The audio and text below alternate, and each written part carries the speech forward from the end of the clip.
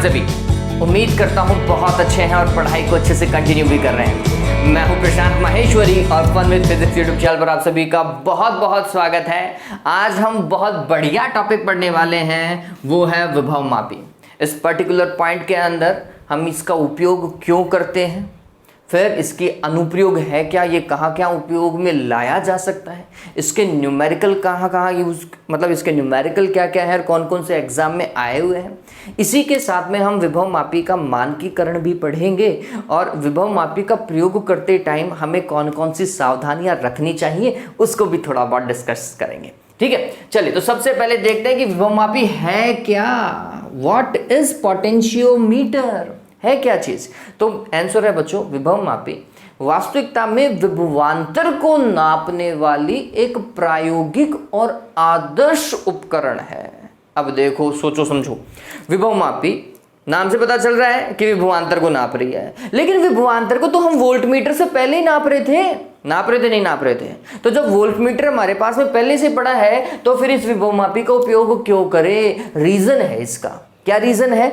विभव मापी जो नापती है वो बिल्कुल आदर्श होता है, डॉट एक्यूरेट, ठीक है, बिल्कुल एकदम सही नापती है। जबकि आप वोल्टमीटर से जो नापते हो ना बच्चों, उसमें थोड़ी बहुत क्या होती है, त्रुटि होती है, थोड़ी बहुत कमी होती है। हाँ, उस त्रुटि को हम प्रैक्टिकल करते टाइम नगण्य मान करके चलते हैं कि उससे ज़्यादा कोई फर्क पड़ने वाला है नहीं, लेकिन फिजिक्स में त्रुटि तो त्रुटि ही है भैया। चाहे 0.1 की हो, चाहे 0.001 की हो, त्रुटि तो त्रुटि रहेगी ना। तो अगर आपको कैलकुलेशन बिल्कुल परफेक्ट, बिल्कुल डॉट सही करनी है, वोल्टेज बिल्कुल सही नापना है, तो किसका उपयोग करोगे? विभव मापी का। और अगर आपको लगता है कि भैया मेरे को तो काम जल्दी से सलटाना है, वोल्टमीटर का उपयोग करो। और हम प्रैक्टिकल में यही काम करते हैं, जल्दी से काम को खत्म करने के लिए वोल्टमीटर का उपयोग करते हैं। ठीक है, तो वोल्टमीटर और विभव मापी दोनों एक ही काम कर रही हैं विभवांतर को नापने का। इस बात को ध्यान में रखिए बच्चों, है ना। बस वोल्टमीटर से प्राप्त जो रीडिंग है वो त्रुटिपूर्ण है, जबकि विभव मापी से प्राप्त रीडिंग त्रुटिपूर्ण नहीं होती। क्यों नहीं होती वो अपन पढ़ रहे हैं। ठीक है, वो हमारा विषय है आज का कि भैया ऐसा क्यों होता है। चलिए, तो सबसे पहले मैं इस विभव मापी की डेफिनेशन लिख देता हूं कि विभव मापी वास्तविकता में है क्या। तो हमने लिखना है विभव मापी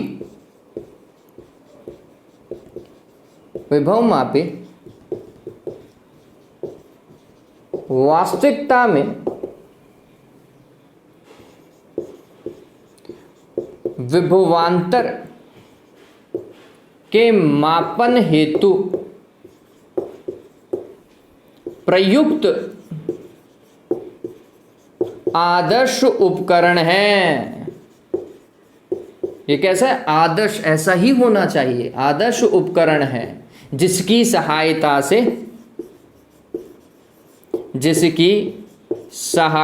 से हम क्या क्या काम कर सकते हैं वो और बता देते हैं। जिसकी सहायता से किसी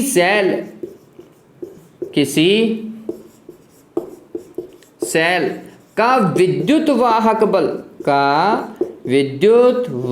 बल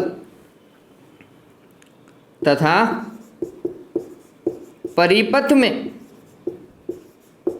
किन्हीं दो बिंदुओं के मध्य विभवांतर का मापन किया जाता है। यह एक आदर्श वोल्टमीटर है। आदर्श वोल्टमीटर की भांति व्यवहार करता है। अब ये आदर्श वोल्टमीटर क्या बच्चों, पहले तो वो समझो। आदर्श वोल्टमीटर वो वोल्टमीटर है जिसका प्रतिरोध अनंत होता है। कितना होता है बच्चों? अनंत होता है। लेकिन किसी भी वोल्टमीटर का प्रतिरोध अनंत होता ही नहीं है, क्योंकि वो सारे आदर्श हैं ही नहीं। ठीक है, ये बात और ध्यान में रखना। तो वोल्टमीटर का प्रतिरोध ज्यादा होता है, वास्तविकता की बात बता रहा हूं, ज्यादा होता है लेकिन अनंत नहीं होता। और विभवमापी एक ऐसी चीज है जिसका प्रतिरोध कितना होता है बच्चों? अनंत होता है, अविक्षेप की अवस्था में। हम पढ़ेंगे इस चीज को कि हम कम काम करेंगे। ठीक है, चलो अब हमने वोल्टमीटर का उपयोग क्यों नहीं करना चाहिए, विभवमापी का उपयोग क्यों करना चाहिए, वो समझ लेते हैं। देखिए, लेट सपोज कीजिए कि ये कोई प्रतिरोध है ना, और इस प्रतिरोध का मान हमने माना R। इसमें से जो धारा जा रही है, प्रतिरोध में से जो धारा जा रही है वो है I। तो इस प्रतिरोध के सिरों पर विभव पतन कितना होगा? एक सिंपल सा आंसर है, इसके सिरों पर विभव पतन होगा IR। ओम का नियम तो यही कहता है, लॉजिक यही है। ठीक है, चलो अब इस IR को नापने के लिए हमने क्या किया, इसके समांतर क्रम में वोल्टमीटर लगाया। इसके समांतर क्रम में क्या लगाया बच्चों? ये लो वोल्टमीटर लगा दो, ये वोल्टमीटर हमने इसके समांतर क्रम में लगा दिया। हो गया क्या काम? हुआ। चलो अब वोल्टमीटर क्या करेगा वो समझो। वोल्टमीटर भाई साहब अपने आप काम नहीं करते, इनको थोड़ी बहुत धारा की आवश्यकता पड़ती है, हालांकि बहुत कम पड़ती है लेकिन पड़ती जरूर है, ये बात ध्यान में रखना। तो क्या हुआ, ये धारा जैसे यहां आई ये दो भागों में बट गई, ये दो भागों में बट गई। ठीक, कितनी भैया? तो इसमें वोल्टमीटर में कुछ धारा चली जाती है, हालांकि ये IV धारा बहुत कम है। ठीक है, और बचा हुआ भाग किस में जा रहा है? इसमें जा रहा है। तो मैं बोल रहा हूं I' भाग अब इसमें जा रहा है। तो वोल्टमीटर ने कितनी धारा का उपयोग किया? IV धारा का। IV धारा वास्तविकता में बहुत कम है लेकिन है। ठीक, इस कारण अब इस प्रतिरोध से जो जा रही है धारा वो है I'। तो ये कितनी नापेगा भाई? ये विभवांतर कितना नापेगा? I' into R नापेगा। ये वोल्टमीटर जो है वो कितना विभवांतर नापेगा? I' into R। जबकि वास्तविकता में इसके सिरों पर विभवांतर पहले कितना था? IR था बच्चों। इसको नापना IR ही चाहिए था, लेकिन नापता कितना है रे? I'। I' है कितना? चलो I' का मान देखो। I' क्या होगा? I में से IV को घटा दो, है ना, I में से I वोल्टमीटर वाली धारा को घटा दो, ये I' है इंटू R। ये इतना नापेगा भैया। ठीक है, हाँ, ये मान और ये मान लगभग एक दूसरे के पास में। जैसे लेट सपोज करो ये विभवांतर 5 वोल्ट है, तो ये वाला विभवांतर जो है ना, ये वाला विभवांतर ये आएगा 4.995 कुछ ऐसा ऐसा। लेकिन भाई त्रुटि तो है, किसने कहा त्रुटि नहीं है? 5 और इसमें त्रुटि है। फिजिक्स के डेफिनेशन से देखोगे, अगर फिजिक्स का कोई अच्छा प्रैक्टिकल कर रहे होगे जहां पे आपको बिल्कुल एग्जैक्ट वैल्यू चाहिए, तो भैया ये त्रुटि तो बहुत बड़ी है। 0.005 की त्रुटि वाकई में मायने रखती है। हाँ, हमारे लिए हमारी प्रयोगशाला में मायने नहीं रखती होगी, लेकिन जब आप कोई स्टैंडर्ड एक्सपेरिमेंट कर रहे हो, कहीं किसी चीज का डेमोन्स्ट्रेशन दे रहे हो, तब ये बहुत बड़ा मायने रखता है। फैक्टरी चेंज हो जाते हैं भैया, आंसर ही पूरा चेंज हो जाता है। ठीक है, तो इस चीज को समझिए कि अगर हम वोल्टमीटर से नापते इसके सिरों पर विभव पतन तो वो इतना होता, और अगर मैं इसकी जगह विभव मापी का उपयोग करता ना बच्चों, तो विभव मापी इतना नाप करके देती मेरे को, 5 वोल्ट ही नाप करके देती। क्यों? क्योंकि जब हम विभव मापी का उपयोग करते हैं ना, विभव मापी ये धारा ग्रहण ही नहीं करती। अविक्षेप की अवस्था में विभव मापी परिपथ से किसी प्रकार की धारा का उपयोग नहीं करती है। इस कारण वह एक अनंत प्रतिरोध वाले वोल्टमीटर की तरह काम करती है। अनंत प्रतिरोध वाला वोल्टमीटर मतलब आदर्श वोल्टमीटर की तरह व्यवहार करती है। रीडिंग बिल्कुल सही आएगी। बात समझ रहे हो मेरी? ठीक है, तो ये बात ध्यान में रखिएगा कि विभव मापी थोड़ी बहुत धारा ग्रहण कर लेती है, इस कारण त्रुटि आ जाती है उसके रीडिंग में। जबकि सॉरी, विभव मापी नहीं, वोल्टमीटर थोड़ी बहुत धारा ग्रहण कर लेते हैं, इस कारण उसकी रीडिंग में त्रुटि होती है। जबकि विभव मापी अविक्षेप की अवस्था में परिपथ से कोई धारा ग्रहण नहीं करती है, इसलिए उसकी रीडिंग में कोई त्रुटि नहीं होती। बात समझे? क्लियर? चलो, तो इस चीज को मैं आपको लिख देता हूं ताकि आप कभी कंफ्यूज मत हो, और छोटी सी लाइन के अंदर कन्वर्ट कर देंगे। ज्यादा टिपिकल नहीं बनाऊंगा मैं इस चीज को। ठीक है, अपन इस चीज को ऐसा लिख देते हैं, कुछ ऐसा स्टार या नोट लगा करके लिख लेना इस चीज को। क्या भाई?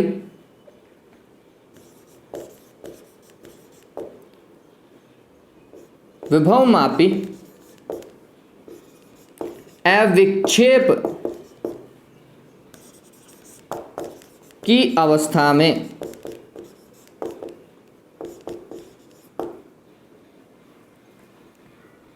एक अनंत प्रतिरोध वाले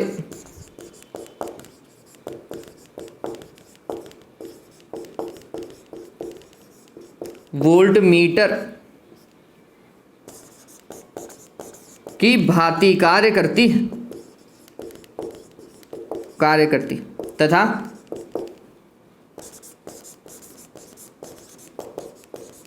परिपथ से कोई धारा ग्रहण नहीं करती। अविक्षेप मतलब विक्षेप ही नहीं आए। किसमें विक्षेप नहीं आए? हम इसके प्रयोग में धारामापी का उपयोग करेंगे, उस धारामापी में विक्षेप 0 होगा। इसका मतलब परिपथ में धारा बही ही नहीं, ऐसा ही हुआ। ठीक है, तथा परिपथ से कोई धारा ग्रहण नहीं करती, नहीं करती है। इस कारण यह यथार्थ मतलब वास्तविक यथार्थ मान ज्ञात कर पाती है। इस चीज को ध्यान में रखना भैया। ठीक है, हो गया डन।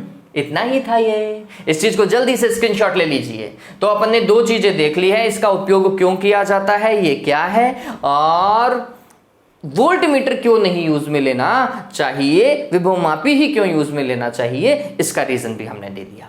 ठीक है, अब हम काम कैसे करेंगे, इसको थोड़ा बहुत विभवमापी को समझेंगे कि ये दिखाई कैसा देता है ना, और फिर इसके बाद में हम देखेंगे कि इसका उपयोग कैसे किया जाना चाहिए, वो भी अपन डिस्कस करेंगे। एक बार के लिए इस चीज को जल्दी से स्क्रीनशॉट ले लो, स्क्रीनशॉट लो बच्चों जल्दी से। ये डन हुआ?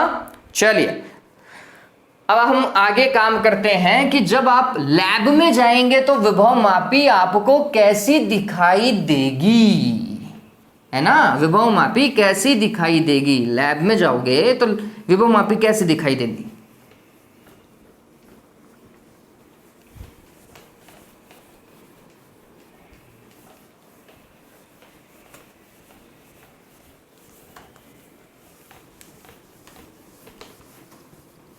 हाँ भाई, सामने देखो एक डायग्राम दिखाई दे रहा है, आपको दिखाई दे रहा है।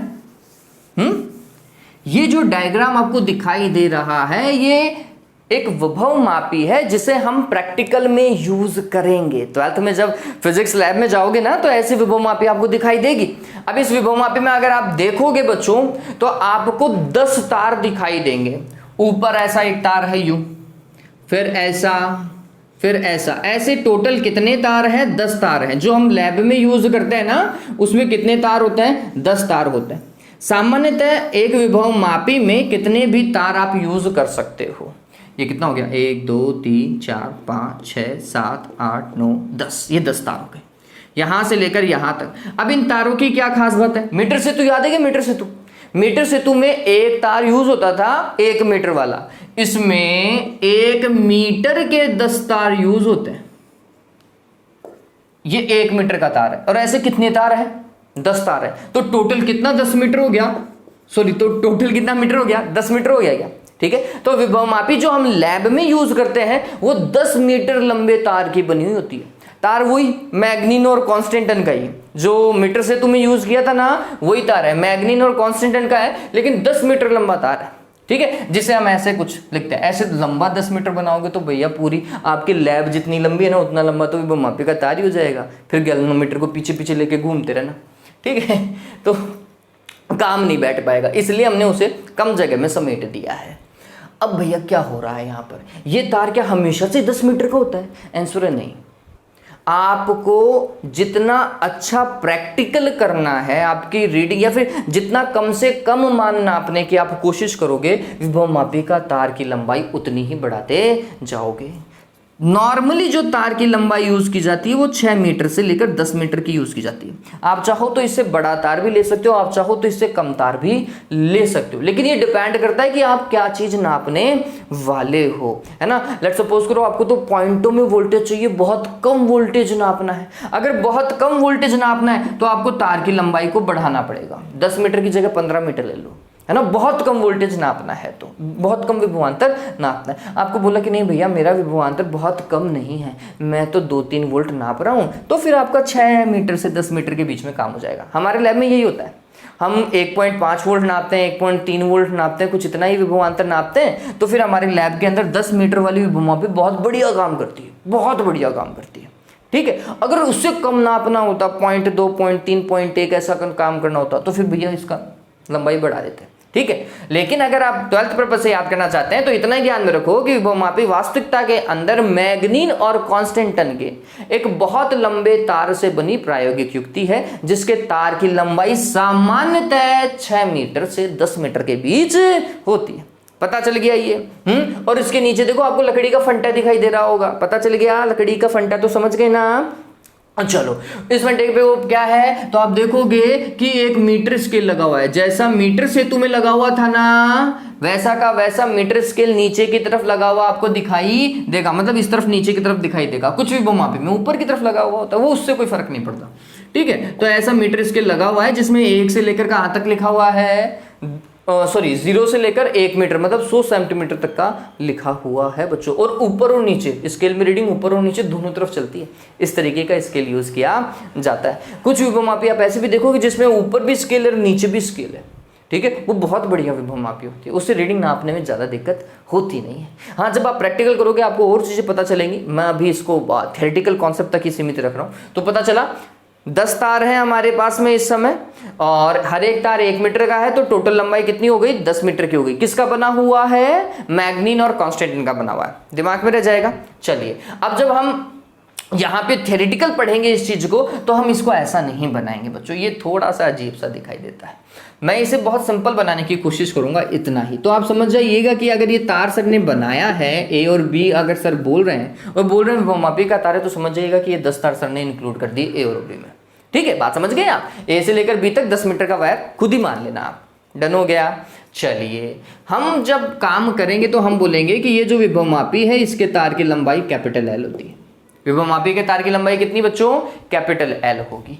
फिर जब आप प्रैक्टिकल करोगे तो विभवमापी के तार के एक सिरे को बैटरी के धन टर्मिनल से, किससे, बैटरी के धन टर्मिनल से, फिर ये बैटरी का ऋण टर्मिनल, इसे जोड़ा जाएगा कुंजी से, और फिर इसका संबंध होगा धारा नियंत्रक से। किससे बच्चों, धारा नियंत्रक से। धारा नियंत्रक क्या करता है, परिपथ में धारा का मान कंट्रोल करता है, धारा ज्यादा बहानी है या धारा कम बहानी है। चलो अब कैसे कर सकता है धारा नियंत्रक ये कार्य, तो वो समझिए। देखो कॉन्सेप्ट बताता हूं कि धारा नियंत्रक कैसे काम करता है। प्रदर्शित करने का तरीका इसको RH से होता है। देखो क्या काम होता है, तो हम बोलते हैं I जो होती है ना बच्चों, ये जो धारा है वो डिपेंड करती है किसके ऊपर, प्रतिरोध के ऊपर, ठीक है। अगर परिपथ में प्रतिरोध ज्यादा है, अगर परिपथ में प्रतिरोध ज्यादा है तो बहने वाली धारा ऑटोमेटिकली क्या हो जाएगी, कम हो जाएगी, ठीक है। और अगर प्रतिरोध कम है तो फिर बहने वाली धारा क्या हो जाएगी, ज्यादा हो जाएगी, ठीक है। इस चीज को ध्यान में रखना। और प्रतिरोध किसके ऊपर निर्भर करता है, आंसर है लंबाई के ऊपर।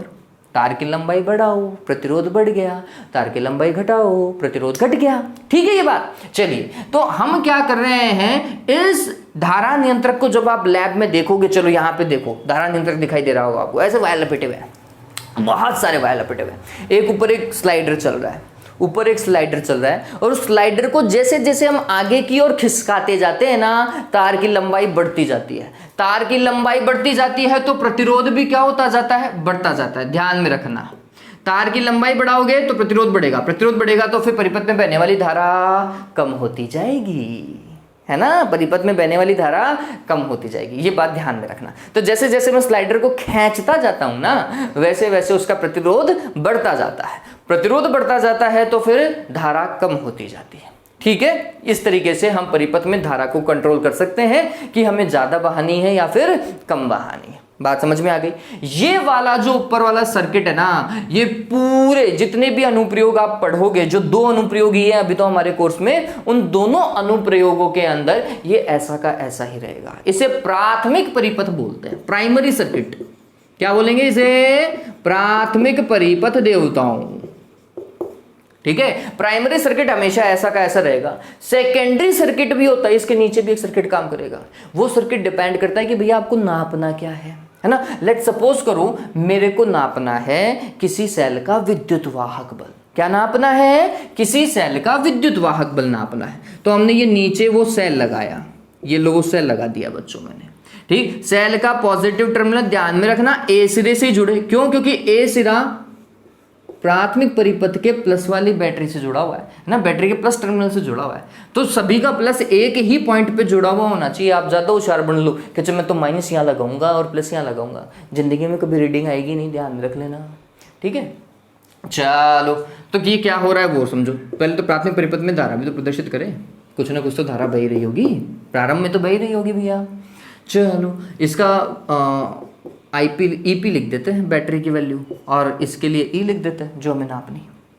देखिए कॉन्सेप्ट ये होता है विभव मापी का कि जो आप बैटरी से वोल्टेज दे रहे हो ना, वो सारा का सारा वोल्टेज टेक्निकली हम ये मान करके चलते हैं कि A से लेकर B तार पे समान रूप से विभाजित हो जाता है।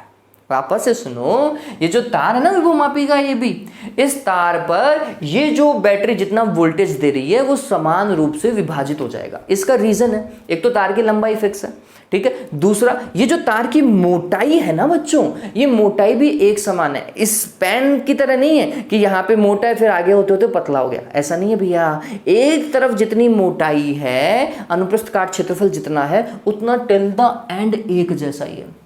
तो ये जो विभव है ना वो समान रूप से बट गया है हर जगह समान रूप से। आप जैसे लेट सपोज करो ये 10 वोल्ट की बैटरी और ये तार कितना मीटर, 10 मीटर का, तो ये 10 वोल्ट इस 10 मीटर पे समान रूप से विभाजित हो गया।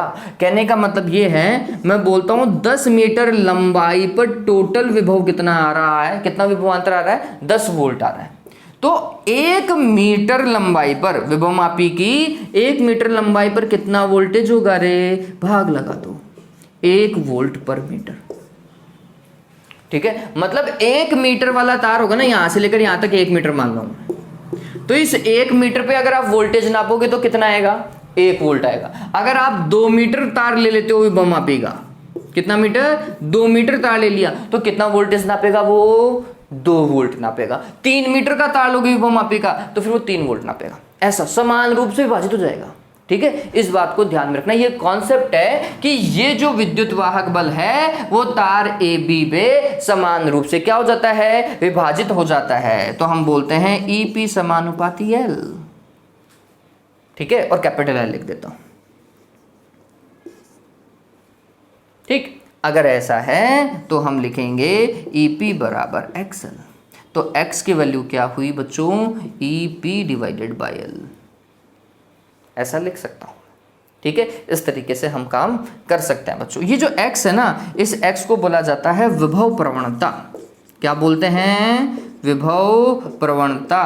विभव मापी तार की एकांक लंबाई पर विभव पतन, विभव मापी तार की एकांक लंबाई पर जो विभव पतन है उसे क्या कहा जाता है, विभव प्रवणता कहा जाता है बच्चों। आपकी बुक में इस विभव प्रवणता को फाई से प्रदर्शित किया गया है। NCERT देखोगे ना तो वहां फाई लिखा हुआ है, कहीं कोई दिक्कत नहीं है, रिप्रेजेंटेशन ही तो है। ठीक है, चलो अब काम क्या हो रहा है वो समझो। लेट सपोज करो यहां पर एक सेल लिया गया और इस सेल का ये वाला सिरा मैंने गैल्वेनोमीटर से जोड़ा, गैल्वेनोमीटर का दूसरा सिरा जॉकी से, और जब मैं इस जॉकी को टच करता हूं किस पे, इस वाले पॉइंट पे जो 2 मीटर दूर था।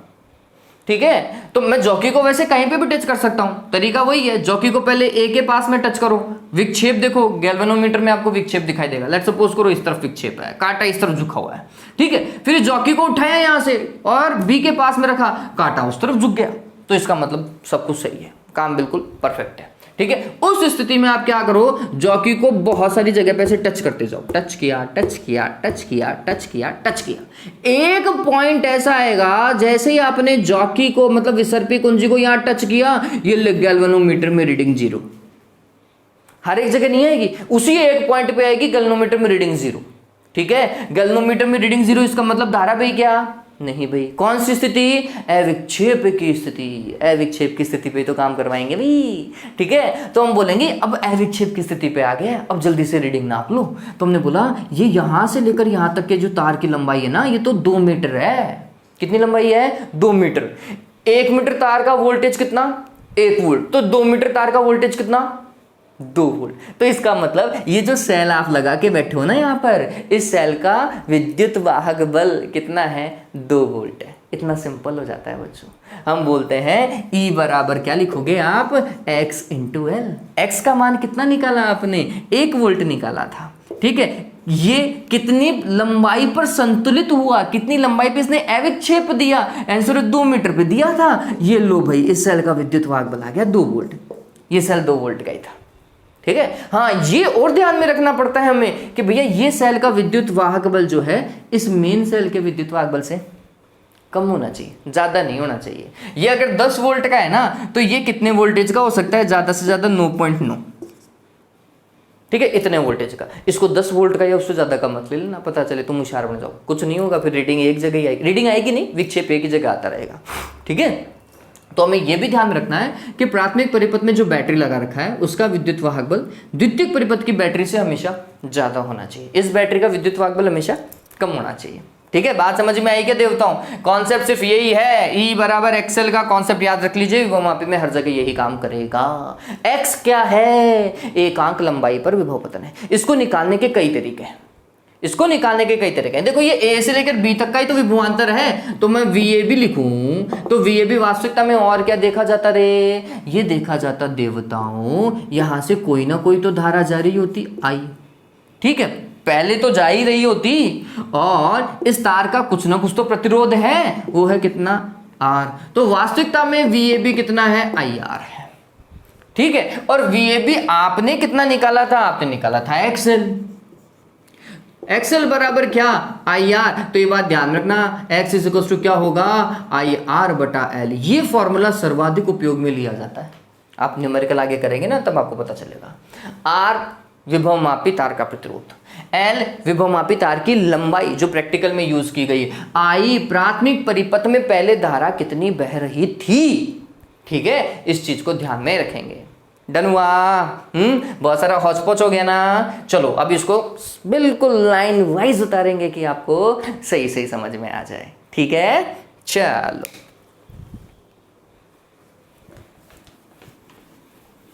ये चीज थोड़ी बहुत तो क्लियर हुई ना, क्या क्या दिमाग में गया, चलो उसको रिपीट करते हैं। हम बोलते हैं विभवमापी जो है वो एक 10 मीटर लंबा तार है, किसका बना हुआ है? मैग्नीन और कांस्टेंटन का बना हुआ है।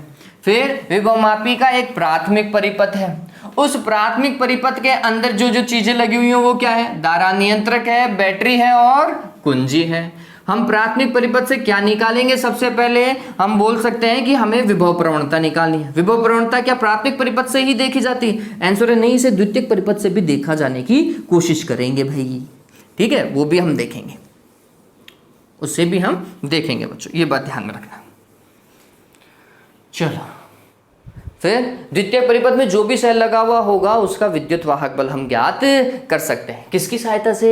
विभवमापी की सहायता से, ठीक है। तो हमने बोला, समझिए इस चीज को, क्या भाई?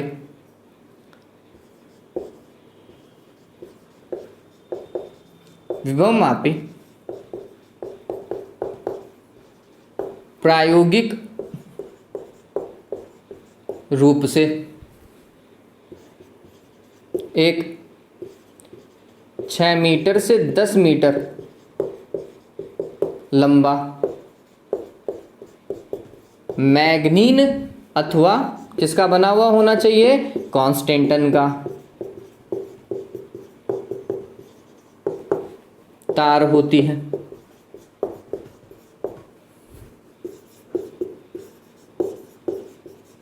जिसका अनुप्रस्थ काट का क्षेत्रफल, अनुप्रस्थ काट का क्षेत्रफल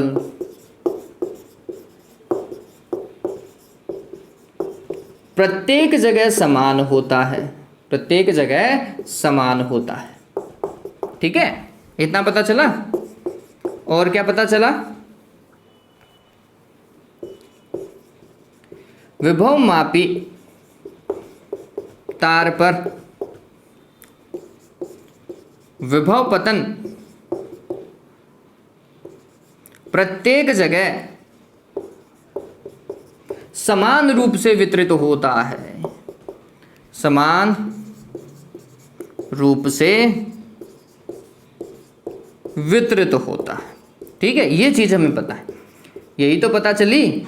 चलिए अब मैं आपको x का मान निकालने बताता हूं, हालांकि इसके ऊपर वैसे तो आपको गौर करना चाहिए, क्योंकि ये एक बहुत बढ़िया फैक्टर है। अगर आप विभव मापी के क्वेश्चन कर रहे हैं तो आपकी बुक में तो इसके ऊपर इतना जोर नहीं दिया गया है, लेकिन ये फैक्टर बहुत बड़ा है बच्चों, विभव प्रवणता। तो उसको अब मैं देखना बताता हूं। तो हम बोल रहे हैं कि इसका सबसे पहले एक प्राथमिक परिपथ बनाओ। इस प्राथमिक परिपथ में ए और बी तार ले लो, ये बी तार हो जाएगा आपके पास में, ठीक है। प्राथमिक परिपथ में और क्या बनाना है, तो हम बोलते हैं कि इसको कनेक्ट करो बैटरी के प्लस से, फिर उसको कुंजी से, और कुंजी का संबंध किससे बच्चों, धारा नियंत्रक से। ये टच करवाना भाई, धारा नियंत्रक को बच्चे हवा में छोड़ देते हैं अच्छा दिखाने के चक्कर में। अच्छा तो दिखा दोगे, यहाँ पे टच नहीं होगा तो धारा कहाँ बहाओगे, हवा में। चलो फिर इसमें ऐसे कोई धारा जा रही होगी, आई धारा जा रही होगी। चलिए फिर यहां पर एक बैटरी लगा देते हैं, है ना। ये वाली बैटरी प्राथमिक बैटरी है, ईपी, ठीक। और ये वाली बैटरी जिसका विद्युत वाहक बल मेरे को ज्ञात करना था, ठीक है। चलो और फिर इसके साथ में क्या लगेगा, एक गैल्वेनोमीटर लगेगा, और यहाँ पर क्या लगेगी, एक जॉकी लगेगी। ये वाला पॉइंट सी मान लेता हूं, और ए से लेकर सी तक की जो दूरी है उसे स्मॉल एल, ठीक है। जबकि विभवमापी तार की कुल लंबाई कितनी है बच्चों, कैपिटल एल है, ठीक है। चलो ये क्लियर हुआ, ओके। चलो विभवमापी तार ए बी पर विभव पतन समान रूप से विभाजित होता है, हम यही तो बोल रहे हैं। तो हमने बोला ए से लेकर जो बी तक विभव पतन है वो क्या है, समान रूप से विभाजित है, समान रूप से विभाजित है। इसका मतलब वी ए बी जो है वो वास्तविकता में क्या है, एक्सएल है। क्या है, एक्सएल है ना।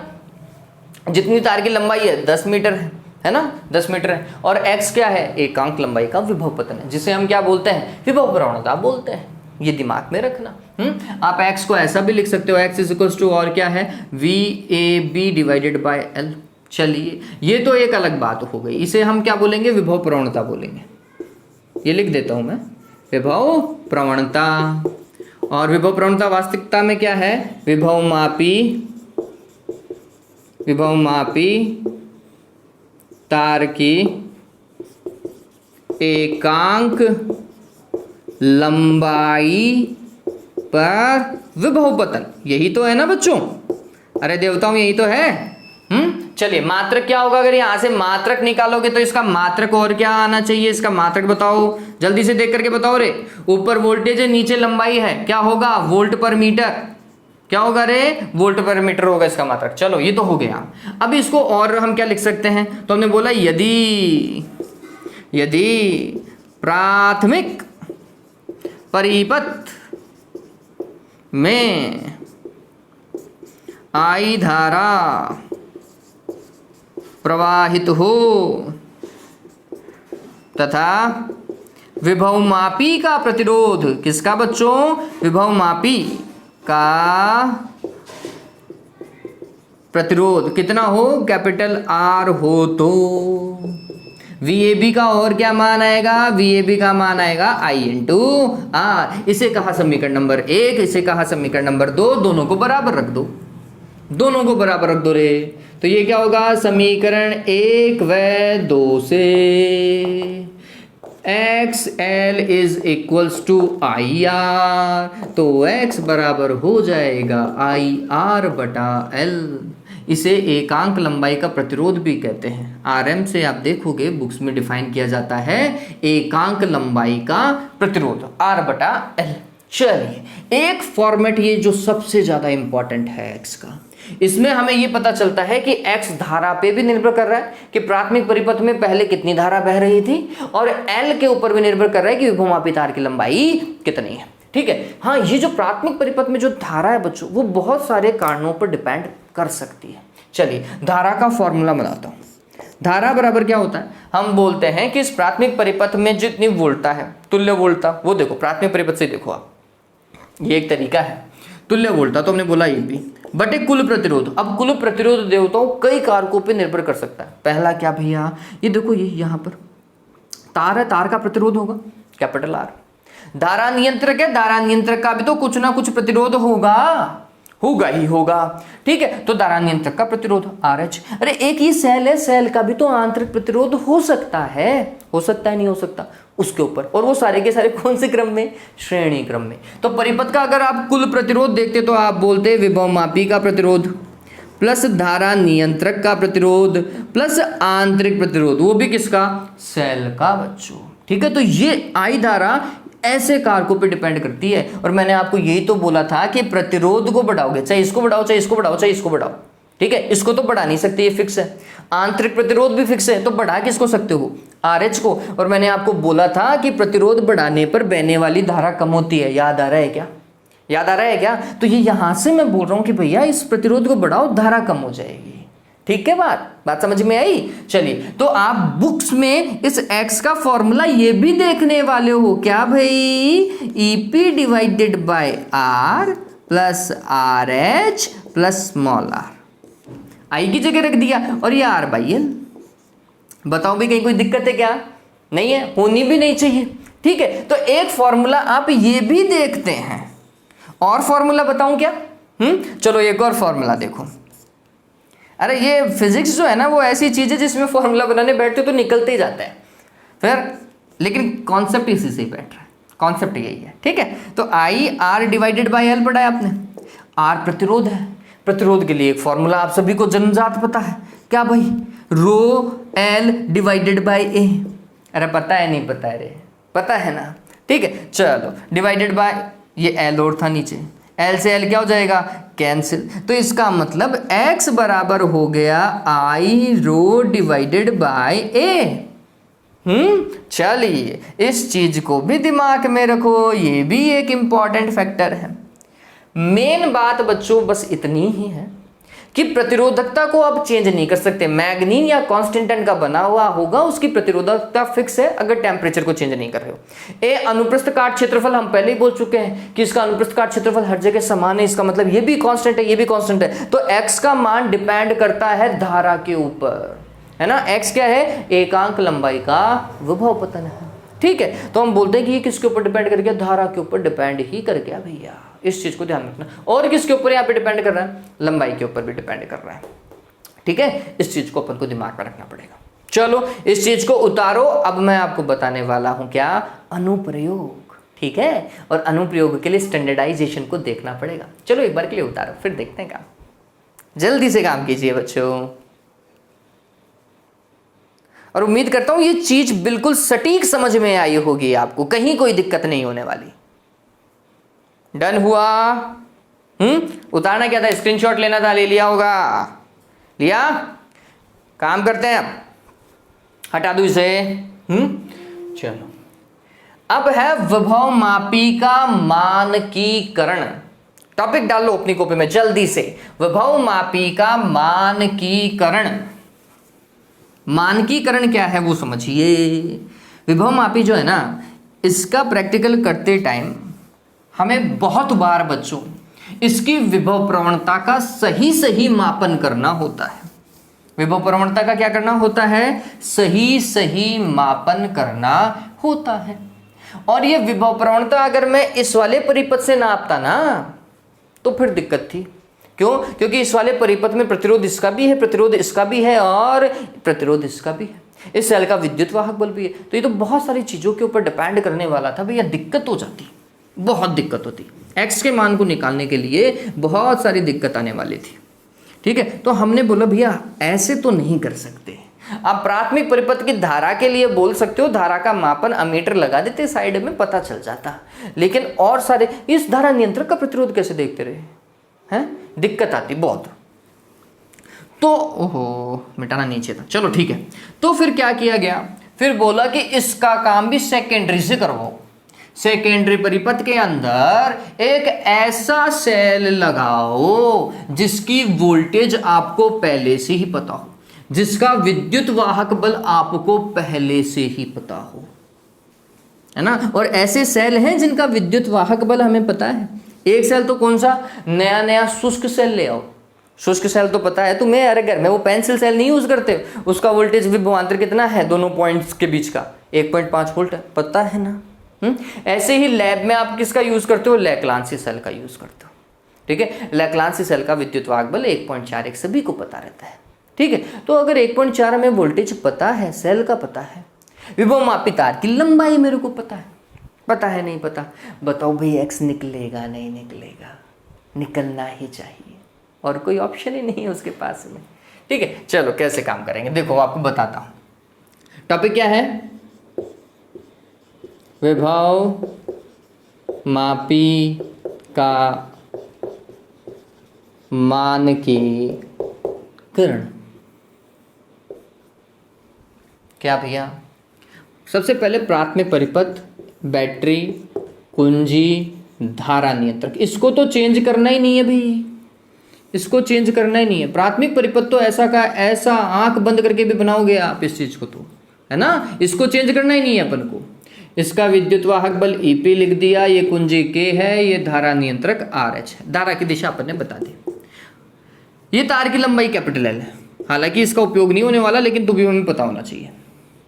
देखो क्या होगा बच्चों, हमने द्वितीयक परिपथ लिया और द्वितीयक परिपथ के अंदर एक ऐसा सेल जोड़ा जिसका विद्युत वाहक बल मेरे को पहले से ही पता था, उसका विद्युत वाहक बल मेरे को पहले से ही पता था बच्चों। मेरे को ये नहीं पता कि मैंने ये सेल कितने वोल्टेज का लगाया है, मेरे को ये नहीं पता कि मैंने धारा नियंत्रक कहाँ पे सेट किया है, बस मेरे को ये पता है कि इसकी लंबाई 10 मीटर है।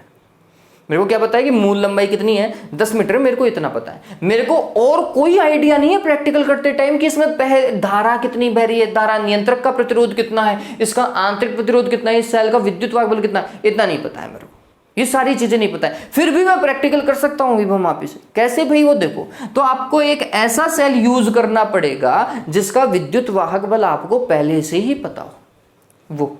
और इस सेल की क्या खास बात होनी चाहिए कि भैया ये जो EP है ना, इसका मान हमेशा ज्यादा होना चाहिए E0 से। ये बस एक चीज ध्यान में रख लेना, और कोई ध्यान में रखने की आपको जरूरत ही नहीं है प्रैक्टिकल में। ठीक है, तो वो तो कर सकते हैं भाई, हम ज्यादा बैटरी यूज कर सकते हैं, पहले ज्यादा यूज कर लेंगे। ठीक है, फिर क्या किया, एक लिया गैल्वेनोमीटर। क्या लिया बच्चों? गैल्वेनोमीटर। और फिर एक उसको जोड़ दिया जॉकी से, और फिर वो पॉइंट देखा जहां पर इस गैल्वेनोमीटर में विक्षेप 0 हो जाए, मतलब ये बिल्कुल इसका पॉइंटर ऐसा खड़ा हो जाए। ठीक है, विक्षेप 0 हो गया, विक्षेप की स्थिति आ गई। बताओ भाई, ये पॉइंट C मान लो क्या, और ये A से लेकर C तक की लंबाई तो नापी जा सकती है, स्केल है आपके पास में। अब ये भी नहीं नाप पाओ तो फिर आंखों का धोखा है तुम्हारे, है ना, चश्मे लगवा लेना फिर, और भगवान करे किसी के चश्मा ना लगे। गाजर वाजर खाओ, आमले खाओ, बढ़िया हो जाएंगी आंखें। ठीक है, चलो हुआ। तो देखो मेरे को क्या पता चला, मेरे को ये पता चला कि इस L लंबाई पर गैल्वेनोमीटर में विक्षेप कितना आ रहा है, 0 आ रहा है। आ रहा है नहीं आ रहा है? ठीक है, तो इस L लंबाई पर A से लेकर C तक का जो तार की लंबाई है ना, इस पे जितना विभवांतर है उतना विभवांतर किसके बराबर है? इसके बराबर है, E0 के बराबर है। इस बात को ध्यान में रखना, इस चीज को सदैव ध्यान में रखना। ठीक है, चलो E0 मेरे को पता है, L मेरे को पता है। बताओ भाई X निकलेगा नहीं निकलेगा? देखो कैसे पता चला मेरे को इस चीज को। पहले तो मैं मानकीकरण समझ, चलो इसको देखो, मानकीकरण की परिभाषा मान ही दूंगा। मैंने बोला L लंबाई पर विभव पतन किसके बराबर होगा? सेल के विद्युत वाहक बल के, मतलब E0 के, इसी के बराबर है। तभी जाके तो उसका विक्षेप कितना आया? 0 आया। और ये किस बार? अविक्षेप की अवस्था में। ठीक है, अविक्षेप की अवस्था में। और E0 मेरे को पता है, मानक सेल बोलेंगे E0 को। लैक्लांसी सेल मानक सेल है, डैनियल सेल मानक सेल है, कैडमियम सेल मानक सेल है। इनका विद्युत वाहक बल पता होता है हमें। ठीक है, तो L लंबाई पे विभव पतन इतना, तो एकांक लंबाई पर विभव पतन कितना होगा रे? E0 divided by L। और ये एकांक लंबाई पर विभव पतन ही वास्तविकता में क्या होता है बच्चों? विभव प्रवणता होती है। क्या होती है? विभव प्रवणता होती है। बात समझ में आ गई? तो E0 मेरे को पता था, मैंने सेल ही वो यूज किया था जिसका विद्युत वाहक बल मेरे को पता है। L लंबाई मैंने प्रैक्टिकल से देख ली। बताओ विभव प्रवणता निकली नहीं निकली? निकली। ठीक है, इसे ही क्या बोलते हैं, मानकीकरण, स्टैंडर्डाइजेशन ऑफ पोटेंशियोमीटर। आपको पहले से अगर बैटरी का वोल्टेज पता है तो आप विभव प्रवणता को ज्ञात कर सकते हो, और यही विधि क्या कहलाती है, मानकीकरण कहलाती है। हमने क्या किया, मानक सेलों की सहायता से विभवमापी तार हेतु विभव प्रवणता को ज्ञात किया है। इसे ही विभवमापी का क्या कहा जाता है, मानकीकरण कहा जाता है। ठीक है, चलो मैं लिख देता हूं, क्या है भाई, मानक सेलों की सहायता से, मानक सेलों की सहायता से, मानक सेलों की सहायता से किसी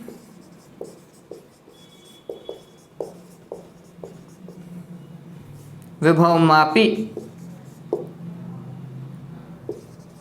की विभव प्रवणता को ज्ञात करना ही क्या कहलाता है, विभवमापी का मानकीकरण कहलाता है। हो गया क्या रे डन देवताओं, डन। चलिए फिर क्या लिखेंगे, इस चीज को थोड़ा सा सही लिख देते हैं। कौन कौन से मानक सेलों का उपयोग किया जा सकता है वो और बता देता हूं। क्या भाई, सामान्यतः मानक सेलों के रूप में, मानक सेलों के रूप में लैक्लांसी सेल, और इस सेल का विद्युत वाहक बल है 1.4 वोल्ट। फिर कैडमियम सेल का वैसे आप प्रैक्टिकल में नहीं देखोगे, आपके लैब में नहीं मिलेगा ये। कैडमियम सेल बहुत कम टाइम में मिलता है हमें, 1.01 वोल्टेज कैडमियम सेल। और डैनियल सेल,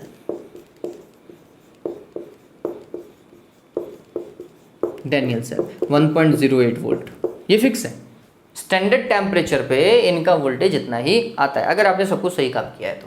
ठीक है, का उपयोग किया जाता है, का उपयोग किया जाता है। ठीक है, अब इसका फॉर्मूला बना देते हैं। माना E0 विद्युत वाहक बल के मानक सेल हेतु विभवमापी तार पर संतुलित लंबाई तभी प्राप्त होगी जब अविक्षेप की अवस्था होगी। संतुलित लंबाई क्या बच्चों, स्मॉल एल है, तो E0 बराबर x इंटू स्मॉल एल, तो x का मान हो जाएगा E0 डिवाइडेड बाय L। ये चीज ध्यान में रखें। ठीक है, डन हुआ। और ये बात ध्यान रखना, ये कुंजी बंद रखना रे, तभी तो धारा बहेगी, नहीं तो कहां से बहेगी। ठीक है, चलो डन। उतारो इसे, जल्दी से इसका स्क्रीनशॉट लो। उसके बाद में हम अनुप्रयोग करना चालू करते हैं। 2 अनुप्रयोग हमारे कोर्स के अंदर हैं, जल्दी से ये काम कीजिए। बच्चों ले लिया स्क्रीनशॉट, चलो तो नेक्स्ट काम करना चालू करते हैं। अब हम अनुप्रयोग पर आ रहे हैं और 2 अनुप्रयोग हमारे सिलेबस का पार्ट हैं, उन्हें हम डिस्कस करेंगे। सबसे पहला जो अनुप्रयोग है बच्चों, वो है 2 सेलों के विद्युत वाहक बलों की तुलना करना। 2 सेलों के विद्युत वाहक बलों की तुलना करना। तुलना मतलब हम ये देखना चाहते हैं कि किसका विद्युत वाहक बल ज्यादा है और किसका विद्युत वाहक बल कम है, ये देखना चाहते हैं। तुलना तो वही हुई ना भाई। चलो, जैसे एग्जाम में या टेस्ट में जब आप कोई काम करते हो तो टीचर आपको रिजल्ट सुनाता नहीं सुनाता। किसी के 10 में से 10 आते हैं, किसी के 10 में से 9 आते हैं, किसी के 10 में से 0 भी आता है। वो नंबर दे करके क्या कर रहे थे, वो तुलना कर रहे थे कि कौन सा बच्चा होशियार है और कौन सा डफर है। यही तो है, ऐसे ही सेल में भी है। जिसका विद्युत वाहक बल ज्यादा आएगा उसके लिए संतुलित लंबाई ज्यादा आएगी, जिसका विद्युत वाहक बल कम होगा उसके लिए संतुलित लंबाई कम प्राप्त होगी। हमें पता चल जाएगा कि भाई किसका विद्युत वाहक बल ज्यादा है, किसका कम है। ठीक है, इस तरीके से हम काम करने की कोशिश करेंगे। ठीक, चलो और अनुपात देखेंगे भाई। तो हमने लिखा पहला अनुप्रयोग, application of potentiometer, application of potentiometer topic है ये हमारे पास में। और इसमें सबसे पहला है 2 सेलों के विद्युत वाहक बलों की तुलना, comparison between EMF of 2 cells. ठीक है, इंग्लिश में क्या बोलेंगे, comparison between EMF of 2 cells और गिवन सेल्स। चलिए सबसे पहले प्राथमिक परिपथ, प्राथमिक परिपथ के अंदर कुंजी, उसमें धारा नियंत्रक। ठीक है, फिर इसको हम बोलेंगे ईपी, ये इसका प्लस, ये इसका माइनस, ये तार बना दिया ए और बी। ठीक है, और फिर धारा नियंत्रक को कनेक्ट कर रहे हैं, ये टच करवा दिया, ये RH यहाँ लिख दिया। प्राथमिक परिपथ में धारा प्रवाहित दिखाएंगे हम, ये बात ध्यान में रखना, करनी ही पड़ेगी। इसकी लंबाई टोटल कैपिटल L है, लेकिन लिखने की आवश्यकता नहीं है। जिन दोनों सेलों को आपको तुलना करना है, जिनका विद्युत वाहक बल आपको ज्ञात करना है, वो सेल आप यहाँ लगाओगे। सबसे पहला सेल और उसका प्लस का यहाँ पर और माइनस इधर। ठीक है, ये पहला सेल विद्युत वाहक बल E1। ऐसे ही एक दूसरा सेल जिसका विद्युत वाहक बल है E2, प्लस और माइनस। इनका ये जो नेगेटिव टर्मिनल है ना, वो ये यहां पर आ जाएंगे। एक यहां पर बच्चों द्विमार्गी कुंजी होगी। क्या होगी, द्विमार्गी कुंजी। देखो आपको एक डायग्राम दिखाई दे रहा होगा, यहां पर दिखाई दे रहा है। द्विमार्गी कुंजी के अंदर ये ब्लैक स्लैब दिखाई देगा, इस ब्लैक स्लैब के ऊपर 3 पॉइंट ऐसे दिखाई देंगे। ठीक है, तो आप ये देखेंगे बच्चों कि इसका ये जो पहला पॉइंट है ना, ये वन वाला, इस वन वाले को तो हम नेगेटिव टर्मिनल से जोड़ देंगे E1 बैटरी से। किससे, E1 से। और इसका ये जो दूसरा पॉइंट है इसे जोड़ा जाएगा गैल्वेनोमीटर से, और गैल्वेनोमीटर जॉकी से। और इसका जो तीसरा पॉइंट है ना बच्चों, तीसरा ये 3rd नंबर वाला, ठीक है, इस 3rd नंबर को नेगेटिव टर्मिनल से जोड़ेंगे। और वो भी किसके वाले से बच्चों, किसके वाले से, ये E2 वाले सेल से। ठीक है, तो देखो E1 वाला सेल ऐसा जुड़ गया, कुछ ऐसा मानो, E1 वाले सेल का नेगेटिव और ये पॉजिटिव। फिर तीसरे नंबर से E2 वाले सेल का नेगेटिव और पॉजिटिव। और ये पॉजिटिव किससे जुड़ रहे हैं, किससे जुड़ रहे हैं, ए पॉइंट से जुड़ रहे हैं कि यहाँ पर जाकर के। ठीक है, और ये वाला जो बीच वाला टर्मिनल है वो किससे, गैल्वेनोमीटर से, और गैल्वेनोमीटर किससे, जॉकी से। ये है द्विमार्गी कुंजी, 2 वे स्विच। ये क्या है, द्विमार्गी कुंजी है बच्चों। इसमें जब आप नोब इन दोनों के बीच में लगा दोगे ना, घुंडी इन दोनों के बीच में लगा दोगे, तो ये दोनों पॉइंट कनेक्ट हो जाएंगे। ये पूरा ऐसा कनेक्शन आ जाएगा। ठीक है, ये वाला कनेक्शन अभी भी नहीं है। ठीक है, अगर नोब यहाँ पे लगा दोगे तो ये कनेक्शन कुछ ऐसा हो जाएगा। तो मतलब द्वितीयक परिपथ में सिर्फ एक ही सेल कनेक्ट होगा, वो है E1 वाला। फिर आप क्या करोगे, इसको हटाओगे, इसको जैसे ही हटाया तो ये कनेक्शन हट गया, और वो नोब उठा करके कहाँ लगाओगे, यहाँ लगा दोगे। वो नोब उठा करके यहाँ लगा देना, तो कनेक्शन किसके बीच में हो जाएगा, इन दोनों के बीच में। अब कनेक्शन किन के बीच में, इन दोनों के बीच में हो गया। इनके बीच में जैसे कनेक्शन हुआ तो अब द्वितीयक परिपथ में E1 तो हट गया, और कौन रह गया बच्चों, E2 रह गया। ठीक है, इस तरीके से एक बार काम हम E1 के लिए करेंगे और एक बार काम हम किसके लिए करेंगे, E2 के लिए करेंगे। तो ये जो मैं यहाँ पर नामकरण कर रहा हूं 1, 2 और 3, तो समझ जाइए 1 और 3 कौन से पॉइंट हैं, ये और ये पॉइंट है। ठीक है, 2 कौन सा पॉइंट है, ये बीच वाला पॉइंट है। और इस बीच वाले पॉइंट से क्या कनेक्ट होना चाहिए, गैल्वेनोमीटर, और गैल्वेनोमीटर से जॉकी। बात समझ में आई क्या, आई। अब एक बार अगर घुंडी मतलब स्विच जो है यहां पर लगा दोगे तो ये दोनों कनेक्ट हो जाएंगे, इन दोनों के बीच में संबंध हो जाएगा, तो कनेक्शन ऐसा देगा। ठीक है, और फिर यहां से घुंडी को हटाओगे, यहां पे लगाओगे, तो फिर कनेक्शन इन दोनों के बीच में होगा, ऐसा होगा काम। ठीक है, इस चीज को ध्यान में रखना। तो दोनों के लिए अलग अलग संतुलन लंबाई निकाली जा सकती है, इस चीज को ध्यान में रखिएगा।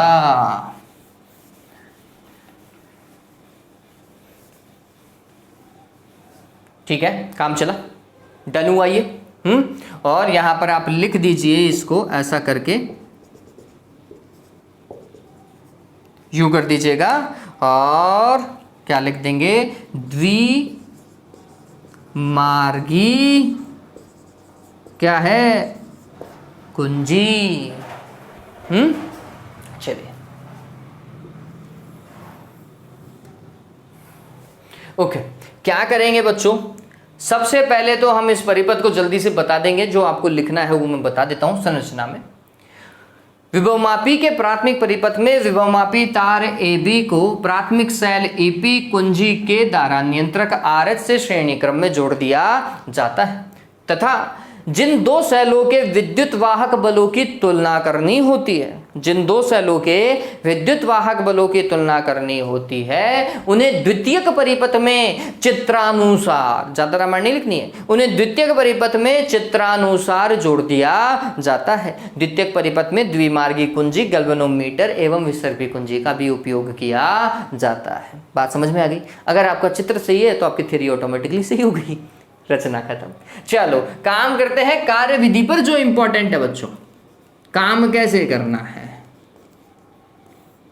ठीक है, तो हम बोलेंगे सर्वप्रथम हमने क्या किया, कुंजी के को ऑन किया।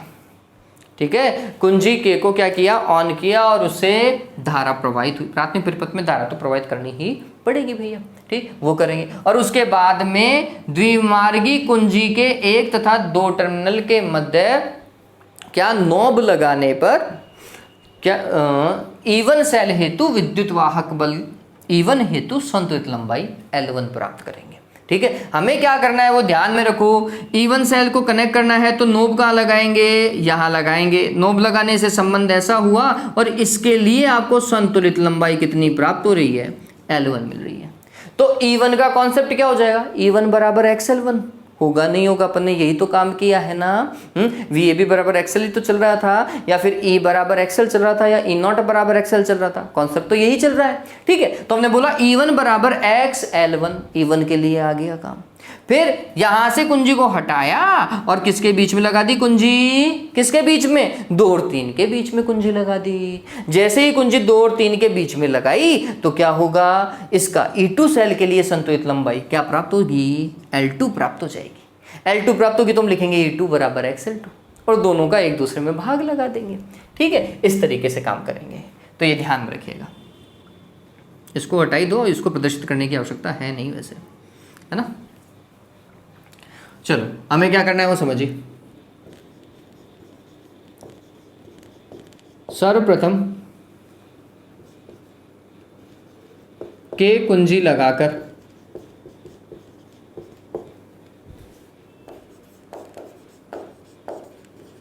प्राथमिक सेल में, प्राथमिक परिपथ में धारा प्रवाहित की जाती, धारा प्रवाहित की जाती है। ठीक है, चलो अब द्विमार्गी कुंजी के टर्मिनल 1 तथा 2 के मध्य डाट लगाकर, डाट या कुंजी लगाकर, ठीक है, ये डाट लिख लो, डाट या कुंजी लिख लीजिएगा, अगर किसी को नहीं समझ में आ रहा है तो कुंजी लिख लीजिए, कि मध्य कुंजी लगाकर E1 सेल हेतु विभवमापी तार पर क्या प्राप्त करते हैं, संतुलित लंबाई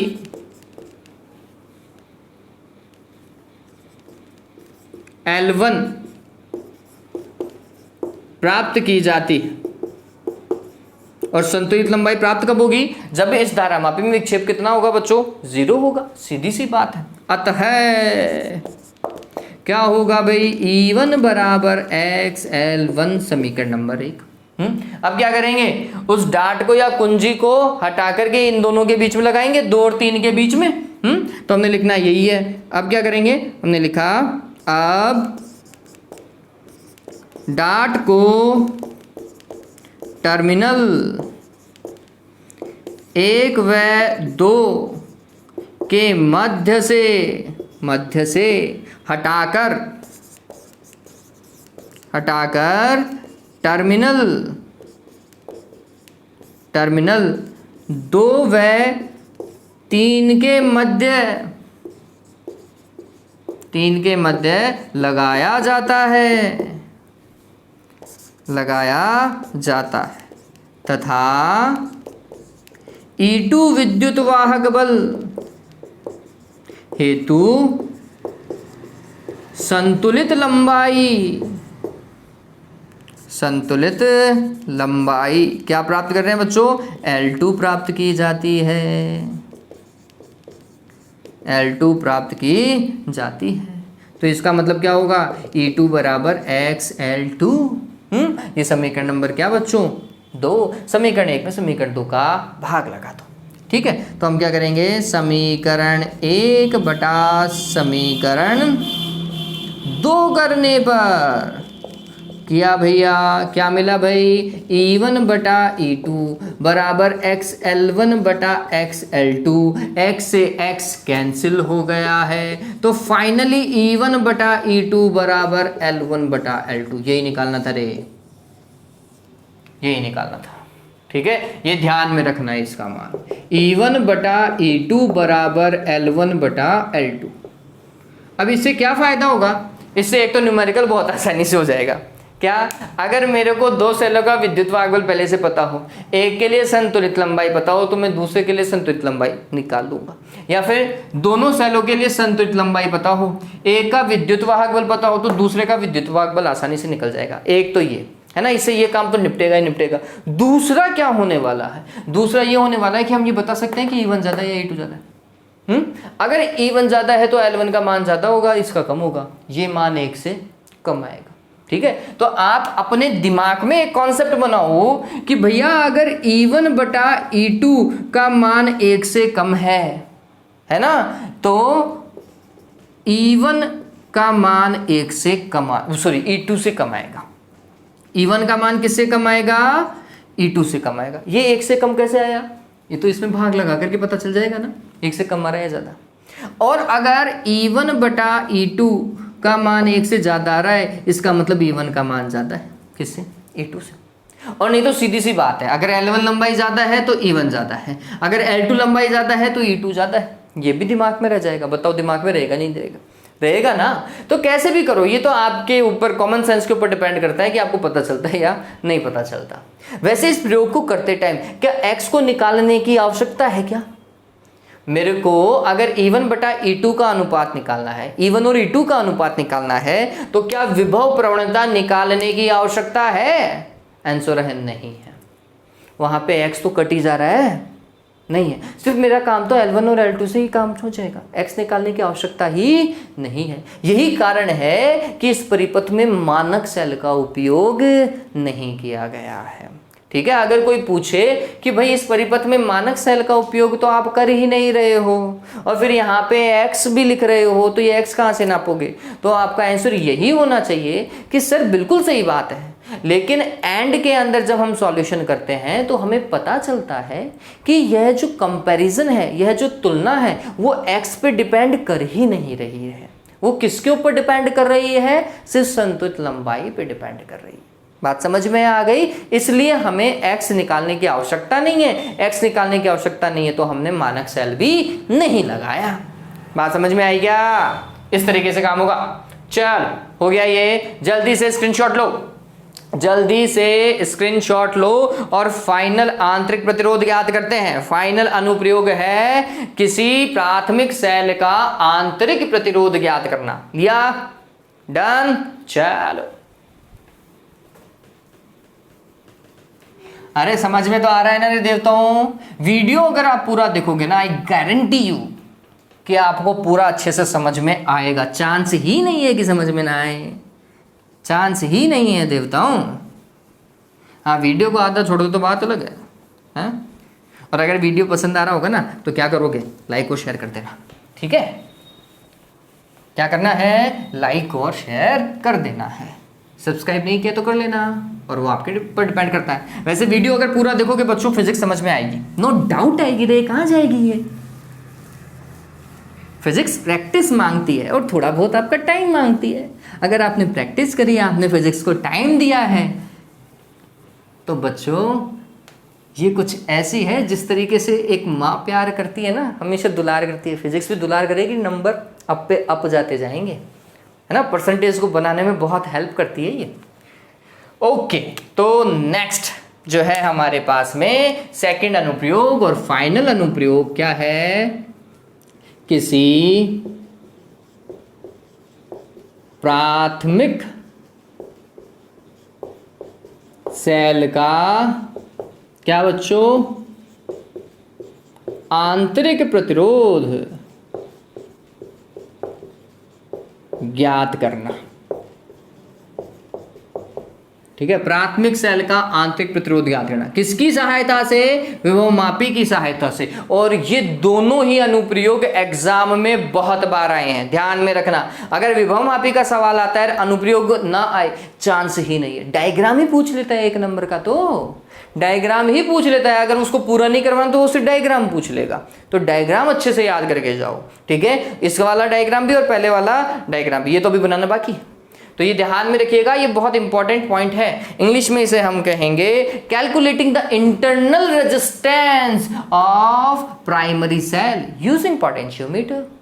ठीक है, चलो काम करो। देखो इसका सेकेंडरी परिपथ कैसा बनेगा वो समझिए। प्राथमिक तो सभी का ऐसा है, कोई चेंज ही नहीं कर सकता। कर सकता है क्या कोई? नहीं कर सकता। चलो अब देखो सेकेंडरी, देखो सेकेंडरी मतलब द्वितीयक परिपथ में जिस सेल का विद्युत वाहक बल आपको ज्ञात करना हो उसे लगाओ, है ना। सॉरी, विद्युत वाहक बल नहीं, आंतरिक प्रतिरोध। इसका विद्युत वाहक बल में ई मान रहा हूं। फिर क्या करेंगे बच्चों, ये ऐसा लो या फिर यहां से तार निकाल दो, दोनों एक ही विभव पर होंगे, कोई दिक्कत नहीं है। और एक प्रतिरोध बॉक्स लो। प्रतिरोध बॉक्स का प्रतिरोध आपको सदैव पता होगा बच्चों, आपको हमेशा पता होगा, ठीक है। और फिर ऐसा करो,